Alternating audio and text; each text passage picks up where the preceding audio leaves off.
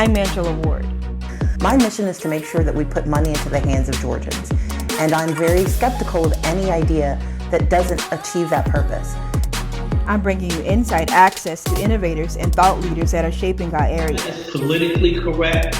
2 is marketing correct. Leveraging more digital platforms, virtualization, school system. Asking questions that put issues first and politics second. The African American community has been particularly hard hit by COVID-19. Some people do it for health, some people do it for the environment, some people do it for the animals. Whatever your reasoning is, just make sure it's something real to you. This is the Game Changers.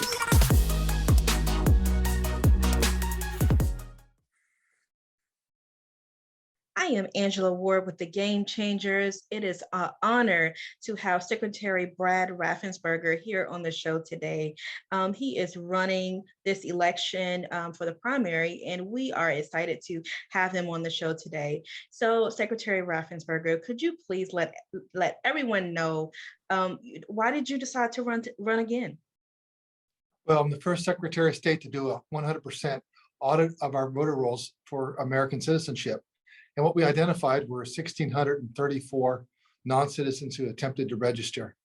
And I believe that only American citizens should be voting in our elections. And that's why I've asked for the General Assembly to pass a constitutional amendment. And we haven't passed that across and haven't gotten that across the finish line yet. But 80% of all Georgians made 80% of the Georgians believe that only American citizens should vote in our elections. And I'm going to continue to fight to make sure that only American citizens are voting in our elections here in Georgia.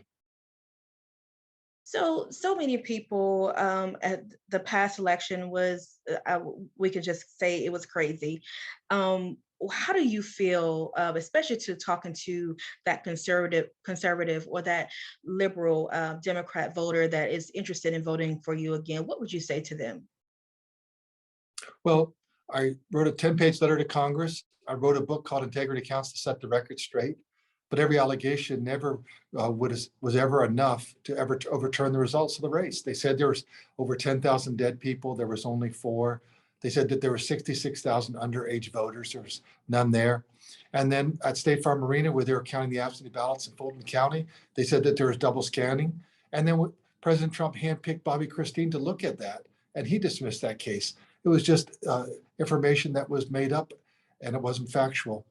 But at the end of the day, the real issue that we're looking at, Angela, right now, the big issue is making sure that we can continue to check people's citizenship status when they go to register to vote. And right now, we're in a court case that a group Fair Fight is attempting to stop us from doing that. And if they win at the federal district level, we will appeal it all the way to the Supreme Court. This is very important, not just for Georgia, but for our entire country. Because not just 80% of all Georgians believe only American citizens should vote, but vast majorities, large majorities across the country also believe only Americans should be voting in our elections. What do you feel that you have over the other candidates that are running? Well, first Secretary of State to do a citizenship audit, first Secretary of State to do an implementation statewide of a verifiable paper ballot system. Then we've audited an election. We now are cross-checking registrations that we have here in Georgia with other states that are joined our group. And so there's 35 states we're checking those records. But also, I've actually run an organization. I built an organization up from scratch, and I have 150 employees in that organization that my son now runs. And I've shown that I can have the leadership and also the management ability to make sure that we get things done. And it's a complicated office. It's not just elections, it's corporations, securities, charities, and also professional licensing. There's a lot of moving parts in the Secretary of State's office. And I've shown that I can get the job done, and I get things done on time and under budget. Okay, moving into that, I work very closely with small businesses here in South Georgia. What do you feel? Because I have heard a lot of complaints as far as in when they're applying for a business license, it takes quite a while to come back. How do you feel about that, and what are you doing about it? Well, in the 2020 year, in spite of having COVID, we had record new corporation formation. Also, then 2021 was also another strong year, and we've not had any issues on that.